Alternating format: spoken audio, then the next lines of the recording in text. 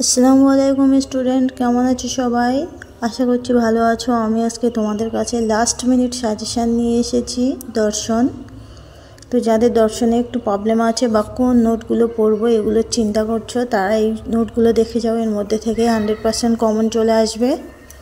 তো চলো শুরু করা যাক।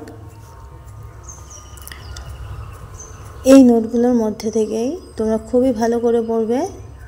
তো এখানে 1 নম্বর কোশ্চেন হচ্ছে, পদের ব্যাপ্যতা বলতে কী বোঝো?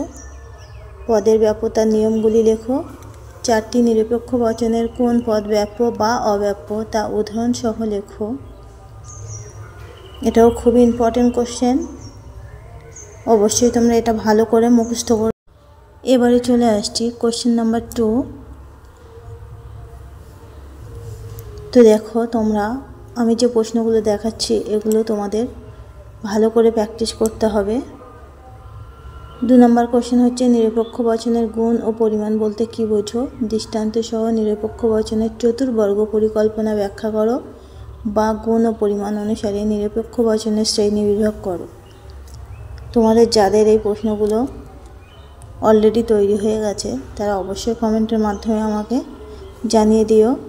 আর ফেসবুকেও কতটা পরিমাণে এই প্রশ্ন আসছে অবশ্যই বলে দিও। খুবই ইম্পর্টেন্ট কোশ্চেন এগুলো। এবারে চলে আসবো 3 নম্বর কোশ্চেন, আবর্তনের সংজ্ঞা ও প্রকারভেদ লেখো। এটা কিন্তু ভেরি ইম্পর্টেন্ট।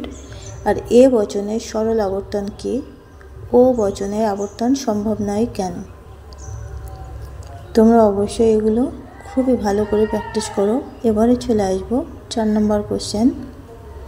তার আগে বলি, যারা আমার চ্যানেলে নতুন তারা অবশ্যই সাবস্ক্রাইব করে রাখো এরকম ইম্পর্টেন্ট প্রশ্ন পাওয়ার জন্যে। আর তোমরা কোন প্রশ্নগুলো প্র্যাকটিস করেছো সেগুলো অবশ্যই আমাকে কমেন্টের মাধ্যমে জানিও। 4 নম্বর কোশ্চেন হচ্ছে, বিবর্তন কাকে বলে? দৃষ্টান্ত সহ বিবর্তনের নিয়মগুলি লেখো। বিবর্তনের কেন অমাধ্যম অনুমান বলা হয়? এটাও খুবই ইম্পর্টেন্ট কোশ্চেন। এবারে চলে আসবো আমি দৃষ্টান্ত সহ টিকা নিয়ে। আমি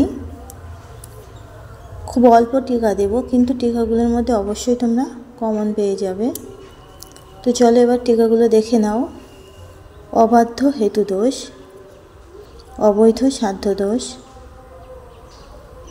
এই টিকাগুলো 5 নাম্বার থাকে। এগুলো তোমরা খুবই ভালো করে প্র্যাকটিস করো।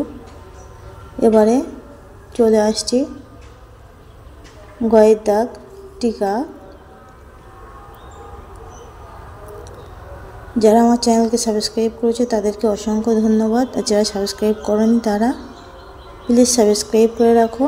অবৈধ পক্ষ দোষ, ঘ চতুষ্পদ বা চারিপদ ঘটিত দোষ, উমা হচ্ছে অবৈধ সমন্বীকরণ দোষ। এগুলো তোমরা খাতায় লিখে নাও।